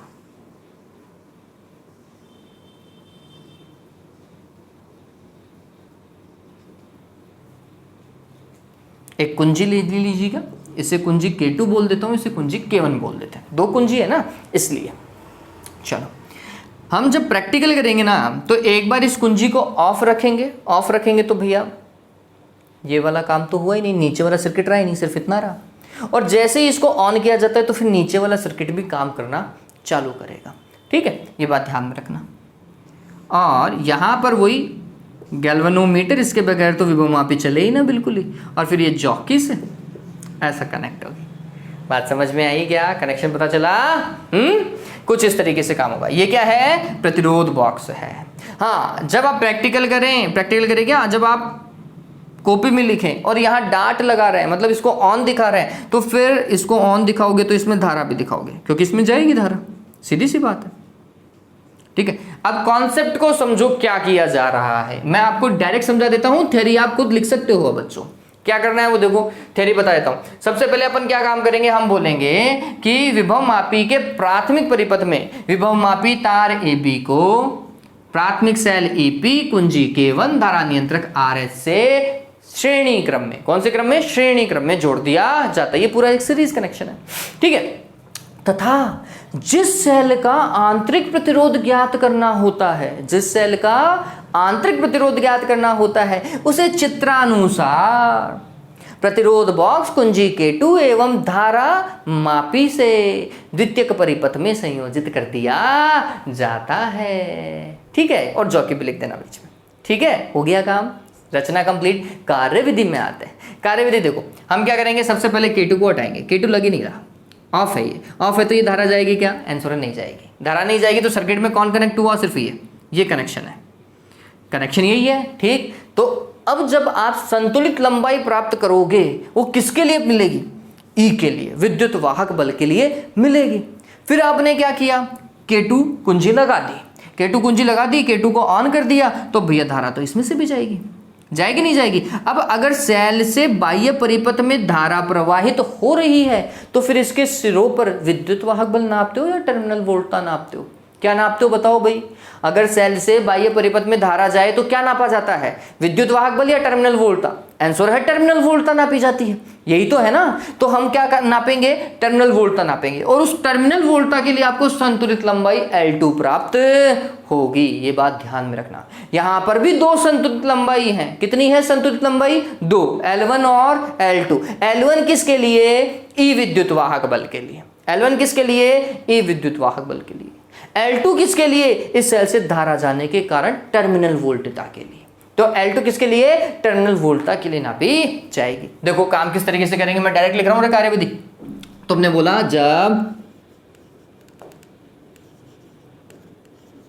कुंजी K2 खुली हो तो सेल के विद्युत वाहक बल ई हेतु संतुलित लंबाई L1 प्राप्त होती है, L1 प्राप्त होती है। तो क्या हो जाएगा भाई, E बराबर x L1, इतना ही है ना। इसे क्या कह दिया रे देवताओं, समीकरण नंबर 1 कह दिया। फिर क्या करेंगे, कुंजी K2 को क्या करेंगे, बंद करेंगे। बंद तो समझते हो ना, खुला और बंद करना, ये तो पता ही है। ये हो गया ऑफ और ये हो गया ऑन। K2 को ऑन करने पर, बंद करने पर क्या होगा, सेल की टर्मिनल वोल्टता, टर्मिनल वोल्टता V हेतु संतुलित लंबाई क्या प्राप्त होती है, L2 प्राप्त होती है। क्या प्राप्त होती है रे देवताओं, L2 प्राप्त होती है। अतः V बराबर क्या, x L2, समीकरण नंबर 2। अब देखो मैं ऐसा काम कर लेता हूं ताकि हो जाए डेरिवेशन पूरा। डन हुआ। अब देखो क्या पता है, तो हमने बोला हमें पता है, हमें पता है। क्या पता है, V, E और स्मॉल r आंतरिक प्रतिरोध में एक संबंध है। क्या भाई, V is equals to E minus I into R. Done है ये बात। तो चलो बहुत बढ़िया, हो गया काम यहाँ से। फिर इसके बाद में क्या होगा, मेरे को तो स्मॉल r चाहिए ना, इसको उठा करके इधर और इसको उठा करके इधर। तो आई आर बराबर क्या होगा, E माइनस वी होगा। तो स्मॉल r बराबर क्या हो जाएगा, E minus V divided by I. बताओ भाई होगा नहीं होगा, होना चाहिए। चलो E मेरे को पता है, V मेरे को पता है, ये लो I में गणित फंस गई। I कैसे निकालेंगे, ये परिपथ देखो रे। परिपथ का E विद्युत वाहक बल है और टर्मिनल वोल्टता कितनी है, V है। और प्रतिरोध के सिरों पर जो विभवपतन होता है वो V होता है, E नहीं होता। हमें जब ये तो पता ही है ना, एक बेसिक कॉन्सेप्ट है हमारे पास में। तो हमने बोला V इज इक्वल टू क्या है, I इंटू आर। ये R कहाँ से मिला रे, ये R मिला प्रतिरोध बॉक्स से। प्रतिरोध बॉक्स में कुछ ना कुछ तो प्रतिरोध डाला ही होगा, 1 ओम निकाला होगा, 2 ओम निकाला होगा, 3 ओम निकाला होगा, डिपेंड करता है आप पर। चलिए, तो फिर हमने बोला कि यहाँ से मैं I को निकाल सकता हूँ, वो क्या होगा, V डिवाइडेड बाय R होगा। ठीक है, तो हमने यहाँ पे नेक्स्ट स्टेप में वो लिख लिया। तो ये हो जाएगा E minus V divided by V divided by R। इसे और क्या लिख सकते हो, E minus V divided by V लिख दूँ क्या। और R कहाँ चला गया रे देवताओं, ऊपर चला गया। चलो E और V का मान समीकरण 1 और 2 से रख सकते हैं। तो हमने लिख दिया समीकरण 1 व 2 से मान रखने पर क्या होगा, आंतरिक प्रतिरोध स्मॉल r बराबर E जो कि है XL1 minus V XL2 divided by V XL2 into क्या रे R। X को कॉमन लो x को कॉमन लिया, L1 minus L2 divided by x L2 into R, x से x की रामायण गई, तो आंतरिक प्रतिरोध क्या हुआ, L1 minus L2 divided by L2 into R। Done हुआ? अरे डन हुआ नहीं हुआ? ये जब आप प्रैक्टिकल करोगे ना बच्चों, आपको बहुत अच्छा लगेगा। हालांकि थोड़ा सा काम करते टाइम खुद करते हैं ना, तो बच्चों की रीडिंग एक बार के लिए नहीं आती है, टीचर की हेल्प पड़ती है, लेकिन प्रैक्टिकल बहुत अच्छे हैं, बहुत बढ़िया प्रैक्टिकल है। इसमें खास बात क्या है, जब आप प्रैक्टिकल करोगे तो ये L1 का मान फिक्स रहेगा, ये जो L1 है ना वो चेंज नहीं होगा, ठीक है। L1 का मान चेंज नहीं होगा, L2 का मान चेंज होता जाएगा। कैसे चेंज होता जाएगा, प्रतिरोध बॉक्स से जैसे जैसे R का मान चेंज करोगे, आप पहली बार 1 ओम निकालोगे तो फिर L2 निकालोगे, है ना, V के लिए L2 निकालोगे, फिर 2 ओम निकालोगे, फिर अलग से L2 निकलेगी, फिर 3 ओम निकालोगे, फिर अलग से L2 निकलेगी, फिर 4 ओम, फिर 5 ओम, फिर 6 ओम। इस तरीके से 6 रीडिंग लोगे और आपको पता चलेगा कि किसी सेल का आंतरिक प्रतिरोध जो है प्रैक्टिकली 0.5 से 12 ओम के बीच में निकलता है। 12 ओम तो बहुत बड़े रेंज में चला जाता है। अगर 0.5 से चालू हो रहा है ना, तो ये आपका प्रतिरोध लगभग 3 ओम तक जाता है, और कई सेलों के लिए ये 6 ओम से लेकर 8 या 9 ओम तक चला जाता है। देखोगे ज़्यादा से ज़्यादा 12 ओम तक जाना चाहिए, 12 ओम चला गया तो इसका मतलब सेल ही खराब यूज़ कर रहे हो, ठीक है। चलो, तो ये इतना ही जाना चाहिए। मैं तो ये बोलूँगा आपकी रीडिंग जो है वो max to max 6 ohm touch करनी चाहिए आंतरिक प्रतिरोध की, ठीक है। आर स्मॉल आर का मान जो है वो 0.5 से किसके बीच में, 6 ओम के बीच में आ जाए, रीडिंग परफेक्ट है, बहुत बढ़िया है, सेल अपना ठीक ठाक काम कर रहा है ना। चलो, तो ये क्लियर हुआ। बहुत लंबा वीडियो जा रहा है, लेकिन मैं सोच रहा हूँ कि विभव मापी एक साथ ही कंप्लीट हो जाए, है ना।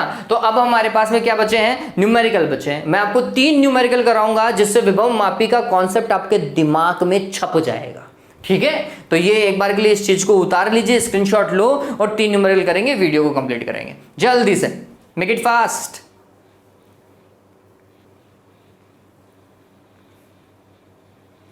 इसे जल्दी से स्क्रीनशॉट लो। और अब नेक्स्ट पार्ट में आपको एक न्यूमेरिकल दिखाई देगा और ये पूरी चीज मैं रब कर दूंगा।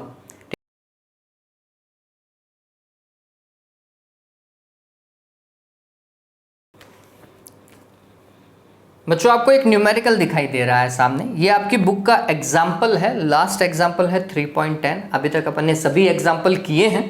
देखो क्या बोल रहा है इसके अंदर, वो बोल रहा है कि R ओम का कोई प्रतिरोध एक पोटेंशियोमीटर मतलब विभव मापी से विद्युत धारा प्राप्त कर रहा है। दिखाई दे रहा है क्या, सर्किट डायग्राम नीचे देखो दिख रहा होगा। A पॉइंट से नीचे की तरफ देखो, नीचे की तरफ एक R प्रतिरोध जा रहा है और वो कुछ धारा प्राप्त कर रहा होगा। पोटेंशियोमीटर का कुल प्रतिरोध R0 है, आपको बीच में दिखाई दे रहा होगा, R0 उन्होंने दिखा रखा है, कुल प्रतिरोध R0 ओम है। पोटेंशियोमीटर को वोल्टता V की आपूर्ति की गई है। वोल्टेज जो लगा रखा है ना बैटरी का, वो कितना है, V वोल्ट है। जब सर्पी संपर्क मतलब स्लाइडर मतलब विसर्पी कुंजी जॉकी पोटेंशियोमीटर के तार के मध्य में होती है, तार के अगर बिल्कुल बीचों बीच होगी बच्चों, तो तार का आधा प्रतिरोध यूज करेगी, ठीक बात है। मध्य में हो तो कैपिटल R के सिरों पर वोल्टता के लिए व्यंजक प्राप्त कीजिए। देखो ये जो सवाल आप देख रहे हैं वास्तविकता में विभवमापी का है ही नहीं, ये सिर्फ और सिर्फ एक विभवमापी के नाम पर आपसे मजाक किया गया है। ये सवाल जो है वो एक सामान्य ओम के नियम से रिलेटेड है और कुछ भी नहीं है, बस एक नाम जोड़ दिया उन्होंने, विभवमापी। क्या बोल रहा है वो देखो, समझना इस चीज को। एक बैटरी है, अब डायग्राम हट गया होगा, बैटरी है और बैटरी का सीधा संपर्क किससे है, एक तार से है, ये तार है, ये पूरा ए बी तार है ना। और इस ए बी तार का पूरा प्रतिरोध कितना है, R0 है। देखो लिखा हुआ है कि पोटेंशियोमीटर का कुल प्रतिरोध R0 है, मतलब इस ए बी तार का कुल प्रतिरोध कितना है, R0 है। और फिर वो जो एक अन्य प्रतिरोध वो बोल रहा है कैपिटल R, वो विसर्पी कुंजी की सहायता से तार के बीचों बीच में जुड़ा हुआ है, ऐसा। तो जब ये विसर्पी कुंजी के साथ में तार के बीचों बीच जुड़ा हुआ है तो ये पॉइंट C मान लो, तो हम बोलते हैं आधा तार इधर और आधा तार इधर। तो इस आधे तार का प्रतिरोध कितना, तो हम बोल रहे हैं पूरे का आर नॉट है, तो आधे का कितना आर नॉट बाई टू, और इस आधे का कितना आर नॉट बाई टू है क्या। अब वो क्या पूछ रहा है कि इस आर के सिरों पर वोल्टता ज्ञात करो अगर कुल वोल्टेज V दे रहे हैं तो। अब मेरी बात को समझो, आर के सिरों पर अगर वोल्टता निकालूं तो मैं इन दोनों के बीच में निकालूं क्या वोल्टता, इन दोनों के बीच में वोल्टता जो होगी वही आर के सिरों पर होगी और वही आर नॉट बाई टू के सिरों पर होगी, यही है। चलो अब इसको थोड़ा सा और सिंपल कर देता हूं मैं, इसको थोड़ा सा और सिंपल कर देता हूं। देखो प्रतिरोध को प्रतिरोध की तरीके से अगर समझोगे ना तो और सिंपल हो जाएगा। ये आर नॉट बटा दो और नीचे आर, और ये ऐसा संपर्क में। फिर यहाँ पे एक और प्रतिरोध है, वो कितना है आर नॉट बटा दो का है, और एक बैटरी ऐसा लगी हुई है। बताओ अभी ये सवाल होगा नहीं होगा, ये सवाल यही है और कुछ नहीं है। एक विभवमापी नाम लिख करके मजाक कर दिया गया हमारे साथ में, ठीक है, और उस मजाक को हमें मजाक में नहीं लेना है, उसे सॉल्व करना है। डन हुआ क्या रे? चलो मेरे को ये इन दोनों पॉइंट A और C के बीच में वोल्टेज निकालना है, तो मेरे को A और C के बीच में तुल्य प्रतिरोध पता हो और उससे कितनी धारा जा रही हो वो पता हो, मेरा काम आसानी से हो जाएगा। चलिए पहले तो तुल्य धारा निकालेंगे परिपथ की, तो परिपथ की तुल्य धारा निकालने के लिए कुल प्रतिरोध पता होना चाहिए। कुल प्रतिरोध पता होना चाहिए, इसके लिए हमें ये भी पता होना चाहिए कि पहले तो इसको सॉल्व करो समांतर क्रम में, और फिर ये समांतर क्रम में जो भी आंसर आएगा वो इसके साथ में श्रेणी क्रम में है क्या।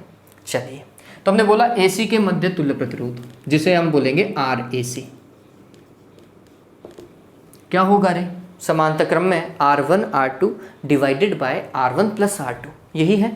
R1 R2 मतलब R0 by two into R divided by R1 plus R2 मतलब R0 by two plus R। बताओ भैया ऐसा होगा नहीं होगा? चलो सॉल्व करो। ये कितना हो गया रे, R0 या R0 R लिख दो, और नीचे क्या आ जाएगा 2। लघुत्तम लो, यहाँ पर लघुत्तम लिया तो ये यहाँ पर 2 आ रहा है, और ये हो जाएगा R0 प्लस 2R। बताओ भाई यही हो रहा है क्या? यही हो रहा है, 2 से 2 कैंसिल, तो ये प्रतिरोध आया R0 divided by R0 plus 2R। ठीक है, इसे हम लिखेंगे RAC, और हमें इसी के सिरों पर, R के सिरों पर विभव पतन ज्ञात करना है तो VAC चाहिए, और VAC के लिए प्रतिरोध को कितना चाहिए, RAC चाहिए। ठीक है, ध्यान में रखिएगा, हमारे लिए क्वेश्चन मार्क क्या है, वास्तविकता में VAC है। VAC क्या होगा, I इंटू RAC। देखो RAC तो निकाल चुके हैं, निकल गया, अब सिर्फ और सिर्फ क्या निकालना है, I निकालना है, काम हो जाएगा। तो कुल प्रतिरोध निकालो। तो कुल प्रतिरोध हमने लिख दिया R इक्वलेंट बराबर क्या होगा, RAC plus R0 by to. Clear, इसमें कोई दिक्कत नहीं होनी चाहिए। आप चाहें तो इसे अभी सॉल्व कर लें, आप चाहें तो इसे बाद में सॉल्व कर लें, मैं इसे बाद में सॉल्व करने की कोशिश करूंगा। और जो तुल्य धारा है ना I, वो क्या होगा, तो हमने बोला टोटल वोल्टेज जितनी आप अप्लाई कर रहे हो डिवाइडेड बाय टोटल प्रतिरोध, यही है। चलिए टोटल वोल्टेज कितना है, आंसर है V। R इक्वलेंट कितना है, आंसर है RAC plus R0 by two. आ गया क्या करंट। चलिए I मेरे पास में है, RAC मेरे पास में, बताओ VAC निकलेगा नहीं निकलेगा, निकलेगा ना। चलिए तो VAC बराबर क्या होगा रे, VAC बराबर I इंटू RAC। I का मान देखो V divided bye RAC plus R0 by two into RAC। चलिए RAC का मान रखिए, बस इतना ही काम करना है। तो V ऐसा का ऐसा, RAC का मान रख रहा हूँ R0। अब लघुत्तम लेने में गलती करोगे ना तो ये सवाल गलत हो जाएगा, और लघुत्तम आपके अच्छे हैं, LCM लेना आपको अच्छे से आता है तो काम अच्छे से हो जाएगा।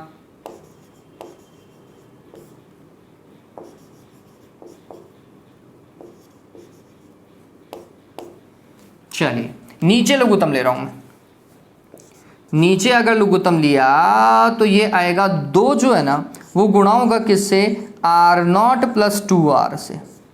ठीक है, चलो। और फिर ये 2 इससे गुणा होगा तो ये हो जाएगा 2r0, और ये r0 जब r0 से गुणा होगा तो ये होगा r0 का स्क्वायर, और 2r जब इससे गुणा होगा तो ये हो जाएगा 2r0। बताओ भाई, सॉरी नहीं 4 हो जाएगा ना, नहीं 2 ही तो, हाँ ठीक है ठीक है।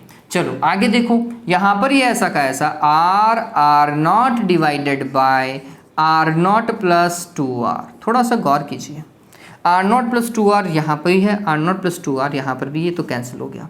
2 कहाँ जाएगा ऊपर, तो ये कुछ ऐसा हुआ, v 2 गया इसके साथ में, और r0 डिवाइडेड, यहाँ पे देखो कितना है 2r0 2r0 4r0 plus r0 का क्या बच्चों स्क्वायर। आप शायद r0 कॉमन ले सकते हैं, तो मैं लिखूंगा 2vr0 डिवाइडेड, r0 को कॉमन लिया, क्या बचा रे 4r प्लस r0, है ना, r0 से r0 कैंसिल। फाइनली कितना हुआ 2vr divided by 4r plus r0। बताओ भाई होगा नहीं होगा?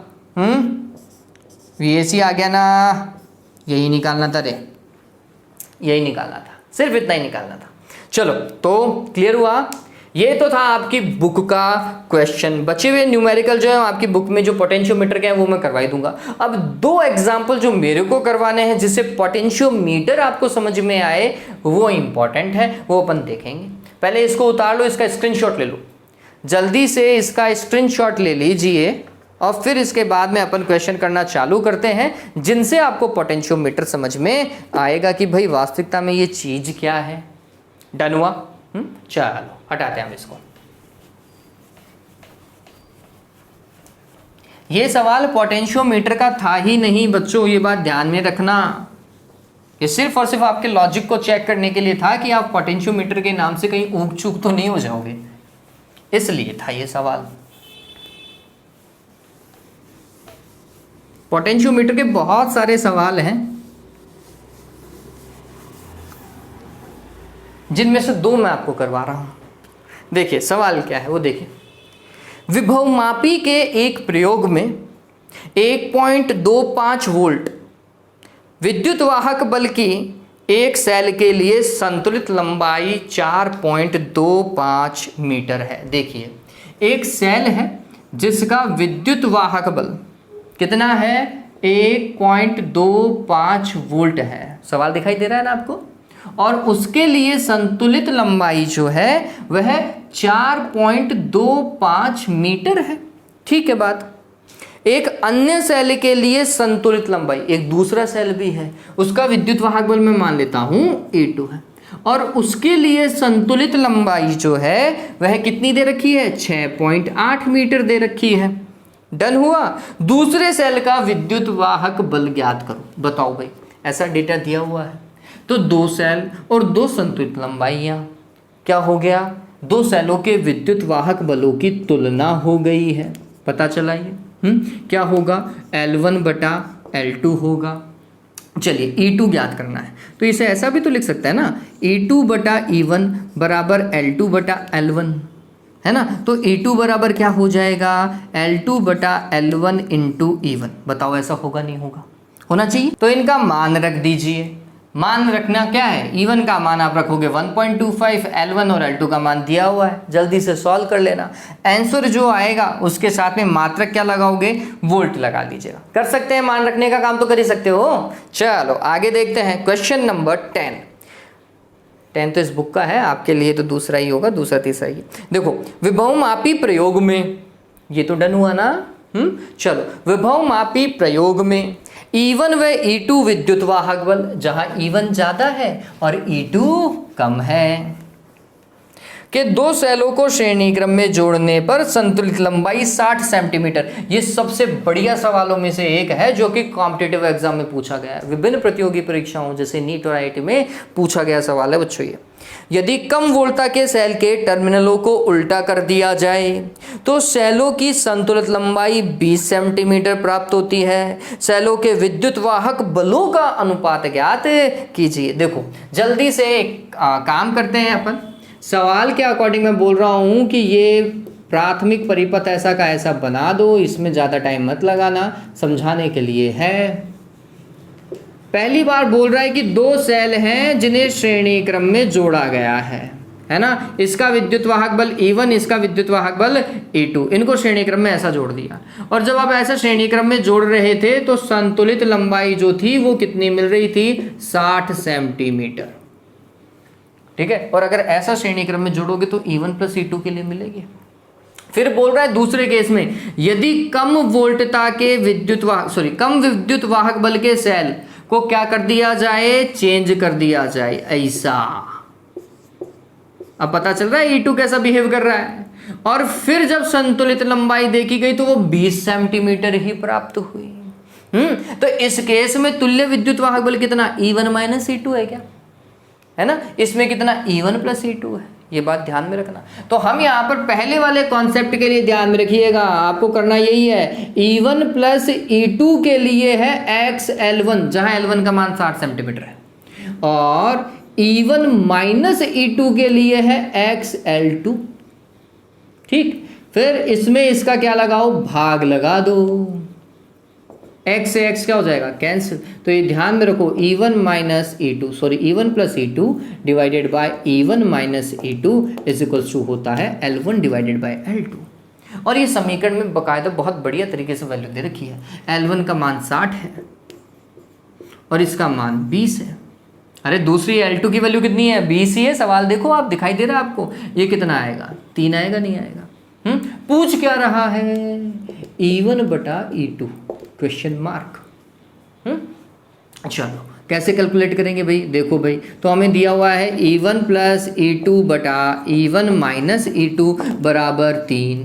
वज्र गुणा करो रे, E1 प्लस E2 बराबर 3 E1 माइनस 3 E2। फिर क्या करेंगे, इस E1 को इधर और E2 को इधर, तो ये E2 पहले से था और 3 E2 और आ गया। 3 E1 पहले से था, 1 E1 माइनस में इधर आया, ये कितना हुआ, 4 हुआ, 4 E2। ये कितना हुआ, 2 E1। हमें विद्युत वाहक बलों का अनुपात चाहिए, E1 बटा E2, E1 बटा E2, मतलब E2 को इधर लेकर के आऊँ। चलो, तो E1 इधर था और E2 और आ गया, इधर 4 रह गया, इस 2 को इधर ले आऊँ, कितना आया रे, 2। आंसर कितना आएगा, 2:1। कितना आएगा रे, 2:1। बहुत बढ़िया सवाल है बच्चों, ये वाकई में बहुत अच्छा सवाल है ये। तो समझ में आया ये डायग्राम सिर्फ और सिर्फ आपको समझाने के लिए था। आप इसमें धारा की वो गलती मत निकाल देना, सर ने धारा नहीं बनाई, सर का गलत हो गया, ऐसा मत करना, ठीक है। चलो, तो यहाँ पे अगर धारा देखनी होती तो ऐसा जाती, सीधी सी बात है। चलो, सवाल हो गया। ये विभव मापी के लिए इतना उपयुक्त है, हालांकि इससे ज़्यादा सवाल भी हम कर सकते हैं, लेकिन NCERT में जितना दे रखा है ना, उस पर्पज से अपने बहुत ज़्यादा काम कर लिया है, ठीक है। तो मेरे हिसाब से लगभग आपका विभव मापी अच्छे से कंप्लीट हो गया होगा। वीडियो अगर आपने पूरा देखा है तो डेफिनेटली मेरे को पता है आपको पसंद आएगा, आपको अच्छे से समझ में आएगा। वीडियो को लाइक और शेयर जरूर कर दीजिएगा। Have a good day, take care.